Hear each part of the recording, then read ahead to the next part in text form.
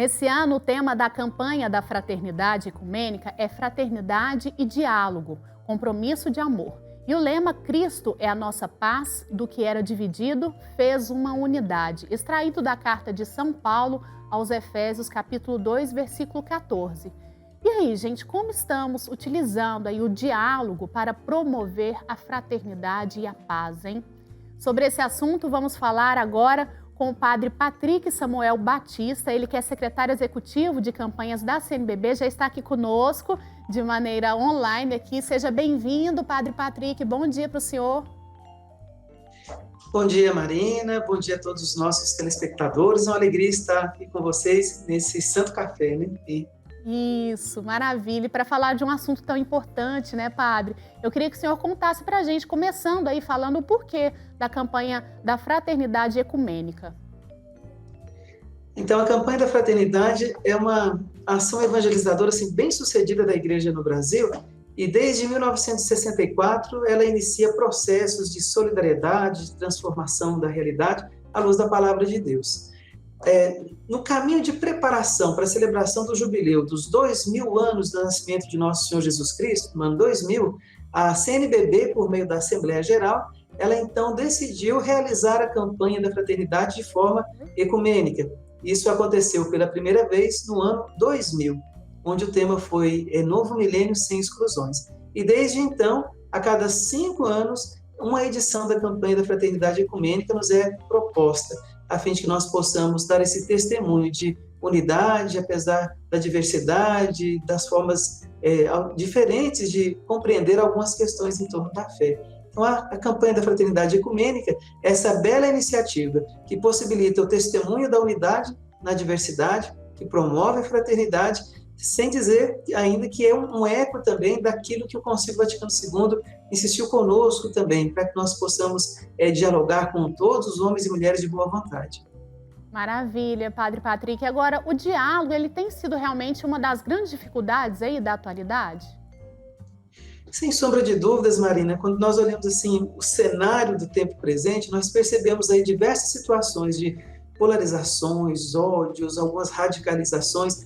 E talvez a grande pergunta seja justamente essa: o que aconteceu conosco que a gente já não é capaz de dialogar mais? Qual é a diferença entre um debate, uma conversa e o diálogo propriamente dito? Aí a importância de redescobrirmos o valor do diálogo, que parte de uma autêntica e verdadeira escuta. E a grande proposta da campanha nesse sentido é nos ajudar a valorizar, a redescobrir o diálogo como um estilo de vida, um modo de ser no mundo. Não simplesmente algo circunstancial entre o meu grupo fechado, mas algo que deve acontecer com todos. Então, o diálogo, enquanto estilo de vida, é um caminho para que a gente possa ajudar a transformar esse cenário. Se hoje esses desafios nos impõem, nós acreditamos, por fé, que é possível, então, dar passos, transformar essa realidade, mudar esse cenário. Com certeza, acreditamos sim. Padre, explica para a gente também o que é o gesto concreto. Então, o grande gesto concreto, por assim dizer, da campanha da fraternidade, não é diferente do grande gesto concreto do período quaresmal. É um coração que se converte. A palavra de Deus promove essa conversão, a vivência dos sacramentos. Então, o grande gesto concreto da campanha da fraternidade é uma vida transformada, e essa vida transformada pela palavra de Deus reconhece o outro como irmão, jamais será indiferente às suas dores e necessidades. De forma concreta, na campanha da fraternidade, esse gesto ele é expresso por meio de uma coleta que acontece todos os anos no Domingo de Ramos. Do total arrecadado dessa coleta, 60% fica em cada diocese, para apoiar projetos sociais que vão possibilitar também que o diálogo seja realidade a partir das pequenas comunidades, a partir de pequenas iniciativas. 40% do gesto concreto da campanha da fraternidade vem para a CNBB, que compõe o Fundo Nacional de Solidariedade. Então, o gesto concreto é justamente isso, uma vida transformada, uma vida capaz de cuidar, e diante dessas diversas formas de cuidado, como resposta de um coração que se compromete com a palavra de Deus e, portanto, se compromete também com o outro. É colocar em ação a conversão que nós vivemos. Certo, padre. Agora, fala um pouquinho mais sobre o objetivo central da campanha. O objetivo é convidar as pessoas de fé, homens e mulheres de boa vontade, a pensar, a avaliar e identificar caminhos para superar essas polarizações e violências por meio do diálogo amoroso, testemunhando a unidade na diversidade. Por isso, campanha, é chamar a nossa atenção justamente para isso. É preciso fazermos algo também. E toda a nossa ação, ela só será coerente com a fé que nós professamos se ela parte desse coração contrito, desse coração que se volta à palavra de Deus. Então, o grande objetivo é esse. Nós precisamos encontrar caminhos para que a gente possa estabelecer realmente o diálogo para ajudar a transformar, então, esse mundo tão polarizado. Certo. Padre, agora, falando um pouquinho de história, eu sei que o senhor já falou um pouquinho lá na primeira resposta, mas a campanha da fraternidade, ela surgiu quando? Qual foi a necessidade realmente? Como é que esses temas são definidos ao longo dos anos? Ótimo. Então, Marina, a campanha da fraternidade, ela nasce dentro de um movimento que nós chamamos Movimento de Natal. Que movimento foi esse? No final da década de 1950, início dos anos 60, algumas iniciativas pastorais pioneiras na Arquidiocese de Natal, no Rio Grande do Norte, possibilitaram diversas ações de cuidado, como, por exemplo, a criação de pequenas comunidades, o movimento Educação de Base. Naquele tempo, antes mesmo do Concílio Vaticano II, uma paróquia foi confiada ao cuidado de um grupo de religiosas da Congregação Missionárias de Jesus Crucificado, na cidade de Nísia Floresta, no Rio Grande do Norte. E foi aí, em Nísia Floresta, que aconteceu a primeira campanha da fraternidade, que foi uma iniciativa de 3 padres da Caritas diocesana, que movimentaram, então, a comunidade, a fim de que fosse organizada uma coleta para socorrer, sobretudo, os mais pobres e necessitados. A primeira experiência acontece na Arquidiocese, no ano seguinte, as dioceses do Rio Grande do Norte, no outro ano, no regional, de modo que no dia 20 de dezembro de 1963, a CNBB assume para si essa iniciativa. E desde então, nós vivemos aí 57 edições da campanha da fraternidade. A primeira, em termos nacionais, acontece em 1964 e o tema era justamente esse. Lembre-se, você também é igreja. Estávamos aí nas mudanças do Concílio Vaticano II e desde então cada tema nos chama a atenção para determinadas situações que necessitam de um novo olhar, de uma nova postura, de um novo modo de ser no mundo. Por volta da década de 1970, alguns temas que vieram sendo propostos pela campanha da fraternidade nos chamam a atenção para determinadas realidades da sociedade que também necessitam passar por essa transformação, a fim de que todos tenham vida e vida em abundância. E desde então, cada ano, um tema nos é proposto para atuar justamente nesse sentido. Agora, como que acontece a escolha desse tema? São os bispos do CONCEP, que é o Conselho Superior de Pastoral da CNBB, que indicam o tema para cada ano. E essa indicação vem depois de uma longa escuta, que é feita a partir dos representantes, dos agentes da campanha da fraternidade, dos 18 regionais da CNBB, e também qualquer fiel pode sugerir temas, entrando em contato conosco, enviando um e-mail para campanhas@cnbb.org.br. É feita essa seleção, é apresentado aos bispos, que escolhem, então, a cada ano um tema. Por exemplo, agora em 2022 já, nós temos um tema já proposto que foi decidido em agosto do ano passado pelos bispos. Em 2022, vamos refletir fraternidade e educação. E o lema, fala com sabedoria, ensina com amor.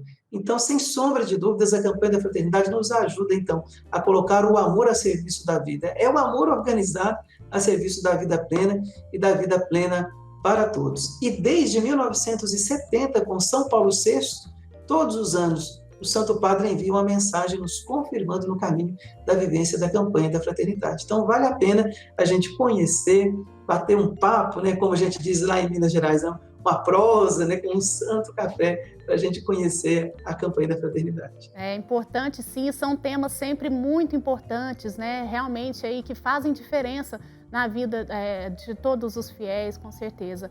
Ô padre, eu queria que o senhor falasse também um pouquinho mais sobre o Fundo Nacional de Solidariedade. Ele surgiu já com o início da campanha, lá na década de 60, esse fundo, né, que é criado com os recursos aí da campanha da fraternidade. Onde ele fica, onde ele é utilizado? Explica para a gente um pouco mais sobre esse assunto. Então, o fundo foi constituído nos termos que nós conhecemos hoje em 1998. Então, o Fundo Nacional de Solidariedade tem esse grande objetivo: apoiar diversas iniciativas que vão ajudar, então, a transformação da realidade vinculados ao tema de cada ano. Por exemplo, o ano passado, fraternidade, a vida é dom e compromisso, viu? Sentiu compaixão e cuidou dele. Então, diversas ações de cuidado valorizando a vida. Como o ano passado nós não tivemos a coleta por conta da pandemia, esse ano, mais do que nunca, é importante que a gente possa se envolver, conhecer, participar, para que a gente possa apoiar, sobretudo, as situações de vulnerabilidade social. Então, o fundo ele é constituído desse modo. Há um comitê gestor, quem preside esse comitê é o secretário-geral da CNBB, hoje, Dom Joel Amado, Portela Amado, e, juntamente com o Dom Joel, temos Dom Valdeci, que é o bispo da Comissão 8, né, sócio transformador da conferência, e também o econômico da CNBB, e uma equipe do Fundo Nacional que faz toda a triagem desses projetos que vêm. Então, o procedimento é o seguinte: no início de abril, é publicado o edital para acessar os recursos do Fundo Nacional de Solidariedade. Aqueles organismos, instituições, paróquias que desejam enviar algum projeto, esse projeto deve ser enviado acompanhado com uma carta de anuência do bispo diocesano, que assume a corresponsabilidade na prestação de contas também daquele projeto. Esse projeto, então, ele é apreciado, e depois que ele é apreciado, se estiver com toda a documentação em dia, é oferecido, então, parte dos recursos, ou o recurso de forma integral, vai depender muito de cada projeto, a fim de apoiar essas iniciativas. A sede do Fundo Nacional de Solidariedade é aqui na sede da CNBB, em Brasília. Há uma equipe técnica que coordena todo esse trabalho, sob orientação do secretário-geral. Então, é uma oportunidade singular para que nós possamos fazer aquela oferta do óbolo da viúva. É uma pequena ajuda que dá uma força muito grande para diversos projetos. E para que a gente possa conhecer esses projetos, basta acessarmos o site da CNBB. Agora, no período quaresmal, praticamente dia sim, dia não, tem aparecido algum projeto que já recebeu apoio. E eu tenho certeza que aqueles que nos acompanham agora, se olharem aí a realidade da sua diocese, com certeza a diocese já recebeu também recursos do Fundo Nacional de Solidariedade. Uma pequena ajuda que promove uma grande transformação, algo muito bonito da igreja no Brasil. Com certeza. Padre, agora qual que é a missão dos padres aí durante as celebrações, as missas, em relação à campanha da fraternidade? Eles têm que estar realmente como mensageiros ali, né? Passando sempre o objetivo central e fazendo as pessoas refletirem. É mais ou menos por esse caminho mesmo? A campanha da fraternidade não é um itinerário exclusivo de vivência da espiritualidade quaresmal. É um dos aspectos ligados, sobretudo, à caridade, à esmola. Daí a importância do presbítero, do padre, para assumir no espírito de comunhão essa iniciativa belíssima da igreja no Brasil. E para que a comunhão aconteça, eu penso que o primeiro passo é buscar mesmo conhecer não somente a história, os projetos que são apoiados, mas, sobretudo, vivendo realmente a espiritualidade quaresmal no seu todo, a partir da oração, do jejum e da esmola, nós temos essa possibilidade de colocar em gestos concretos todo esse processo que nós estamos vivendo. Pois um coração que se converte pela palavra de Deus jamais será indiferente aos irmãos e irmãs, e a fraternidade é filha de um coração que se converte. Daí a importância dos nossos padres. Lembrando que não é somente na celebração eucarística, na homilia, por exemplo, o momento de falar da campanha da fraternidade. Isso deve acontecer nas reuniões pastorais, na dinâmica da vida paroquial. Sobretudo esse ano, cujo tema é o diálogo, seria muito importante também que nós pudéssemos repensar também nesse contexto de pandemia a qualidade das nossas relações, a nossa capacidade de dialogar dentro das nossas próprias comunidades. O diálogo do padre com as pastorais, com as comunidades, com os movimentos. E nós acreditamos que redescobrindo o diálogo como uma postura, um modo de ser no mundo, na vida, vai contribuir muito para que a evangelização aconteça. E isso, todos os papas confirmam esse caminho. São Paulo VI, por exemplo, na Ecclesiam Suam, ele afirmava justamente isso, que a evangelização ela acontece também por meio do diálogo. Não é possível pensar em ações evangelizadoras sem o diálogo. E o padre é esse grande promotor da evangelização ali na pequena comunidade, ali na sua paróquia. Então, já agradeço também aproveito a oportunidade a todos os padres que se empenham, vivem a campanha da fraternidade e, mais do que isso, assumem de forma muito bela a vivência do seu ministério como compromisso de amor e cuidados. É um papel muito importante, realmente. Padre, falando um pouco mais aí sobre esses tempos difíceis, né? O senhor já citou aí essa pandemia, né, que está realmente nos tirando tantas vidas, a saúde física e emocional também de tantas pessoas aí abalada, né? O diálogo, a doação, o amor, eles podem amenizar essas perdas? O senhor tem visto isso acontecer?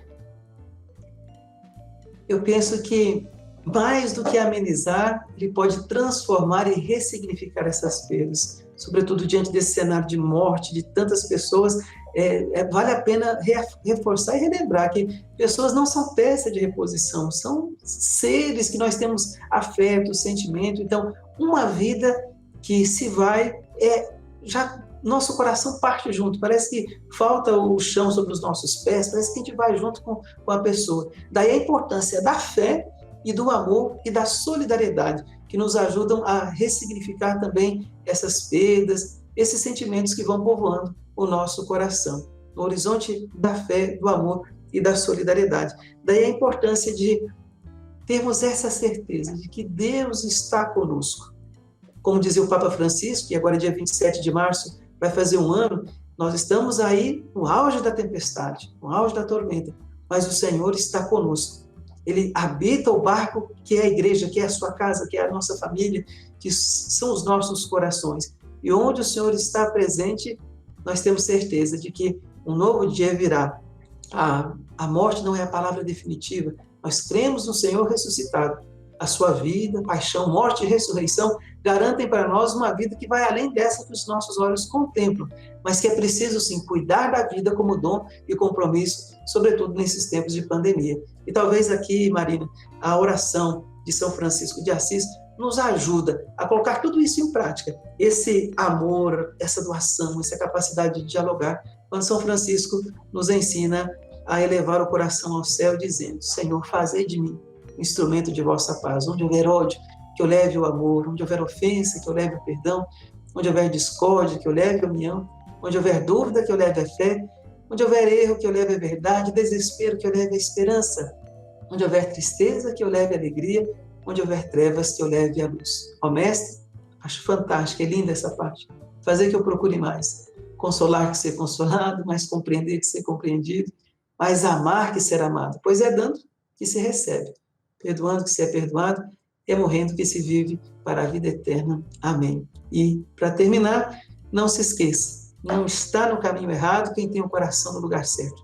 Corações ao alto, nosso coração está em Deus. Vamos passar por esse momento difícil e queira Deus que nós saiamos mais fortalecidos no amor, no cuidado, na solidariedade e principalmente na fé. Maravilha, essa oração é muito maravilhosa mesmo, realmente toca os nossos corações, não tem como, né? A gente não refletir bastante sobre esse texto dessa oração tão bonita. Padre Patrick, só para a gente finalizar, o senhor disse aí que o tema da campanha do ano que vem já foi definido, né? Eu queria que o senhor falasse para a gente quais são as etapas aí, ano a ano. Igual essa campanha, ela já foi definida então há 2 anos atrás, em 2019, foi isso? E como acontece? Até onde ela é vivenciada? E em que período começamos a vivenciar a próxima? Como acontece essa trajetória da campanha? Há um cronograma de realização muito interessante. Então, o ano passado, 2020, no mês de agosto, aconteceu essa reunião do Conselho de Pastoral da CNBB e ali os bispos já decidiram o tema de 2022. Por quê? Há todo um caminho de preparação, de elaboração do texto base, de formação das lideranças, de construção de outras peças, como, por exemplo, CF em famílias, para a juventude, a Via Sacra, tudo nesse vínculo com o período quaresmal. E há uma equipe grande envolvida. Então, o caminho é justamente esse. Na primeira reunião desse Conselho de Pastoral do segundo semestre, já é pensado, então, o tema que acontecerá no próximo ano. Então, provavelmente agora, em agosto desse ano, de 2021, já vai ser decidido o tema de 2023. Lembrando que a gente já está aí na expectativa também de um caminho de preparação da celebração dos 60 anos da Campanha da Fraternidade, que acontecerá em 2024. Então, quando os bispos escolhem o tema, logo em seguida, os bispos também, a presidência da CNBB, vão indicar quando a campanha acontece exclusivamente de forma católica, nesse ano ela é ecumênica, então os bispos indicam as pessoas que vão compor essa comissão. Para a campanha de 2022, já foram realizadas aí em torno de 5 reuniões que já foram, então, pensados, apreciados e aprovados pelos bispos, o objetivo geral, os objetivos específicos. Nos próximos dias serão publicados também os editais de concurso para o cartaz da campanha, a identidade visual, e também do hino da campanha para 2022. Então é um caminho assim bem dinâmico que envolve bastante gente e motiva a vida das nossas comunidades. É um caminho muito interessante. E para maiores informações nesse sentido, Marina, vale a pena acessarmos o site campanhas.cnbb.org.br. campanhas.cnbb.org.br, e lá também fala um pouco desse processo, além da possibilidade de compartilharmos notícias também em relação à campanha da fraternidade. É um lindo trabalho, tudo muito bem organizado, né, padre? Para a gente finalizar, então, queria que o senhor deixasse um recado aí, um convite, né, para os devotos e devotas do Pai Eterno que acompanham a nossa TV, a essa campanha, né, tão bonita que estamos vivenciando aí nesse ano. A fraternidade é filha de um coração que se converte. Não tenha medo da fraternidade. Ao contrário, que nós possamos realizar em nossas vidas as mudanças que a gente espera que aconteçam no mundo. Então, se eu quero um mundo de mais diálogo, é preciso pensar como é que eu tenho dialogado dentro de casa, na família, no ambiente de trabalho, né, sobretudo nesse tempo de pandemia. Quais são as opções que eu tenho feito no meu cotidiano? As minhas opções, elas promovem o diálogo ou potencializam o ódio? É preciso, então, pensar, mas não simplesmente pensar, mudar realmente a nossa ação. A Quaresma é também um período de fraternidade. E nessa Quaresma, somos chamados a aumentar, crescer na nossa capacidade de dialogar. Que a gente possa assumir esse compromisso, fazendo, então, esse momento de profunda espiritualidade, de profunda conversão, que nos ajude também a reorientar a nossa vida a partir do diálogo, que exige verdadeira escuta, empatia, paciência. É um processo que se dá ao longo do caminho, tal como Jesus realizou com os discípulos a caminho de Emaús, como conta para a gente o capítulo 24 de São Lucas. Ali nós temos como que um passo a passo para o diálogo. É Jesus que tem iniciativa, é Ele que caminha junto, tem paciência, entra na casa do outro e, partilhando o pão, que para nós é sinal claro da Eucaristia, Ele se revela. Ele desaparece da frente dos discípulos para ressurgir no seu coração, e eles fazem o caminho de volta para Jerusalém para dialogar com a comunidade, e a comunidade cristã tem essa belíssima missão: dialogar com a sociedade, dialogar com o mundo, mas dialogar testemunhando o Evangelho, levando a palavra de Deus. Que o Senhor nos ajude a trilhar esse caminho e que os devotos do Pai Eterno sejam homens e mulheres com capacidade de dialogar, testemunhando o amor e vivendo a fraternidade. Maravilha, belo convite, muito obrigada, viu, Padre Patrick, por ter participado com a gente, viu, com essa conversa aqui muito bacana, esclarecedora, né, tirando as dúvidas aí que eu acho que muita gente pode ter em casa. Então, muito obrigada, até uma próxima oportunidade, viu? Eu que agradeço, Marina, meu abraço fraterno a você e a todos aqueles que nos acompanharam. Bom dia. Muito obrigada, bom dia para o senhor também. Legal demais, né, gente, a gente conversar sobre isso. Fica aí, então, o convite, né, do Padre Patrick, e falando sobre esse exemplo maior que temos, né, que é o nosso exemplo Jesus. Jesus aí com o diálogo, né, com tanto amor, um diálogo com amor, ele nos ensinou tanto. Então, vamos aí vivenciar essa campanha. Muito, muito interessante realmente esse assunto que eu acho que na atualidade realmente é o que falta em muitos aspectos aí da vida, a questão do diálogo, né? Um diálogo amoroso, a gente consegue resolver tudo, né? Com os ensinamentos do nosso Mestre Jesus.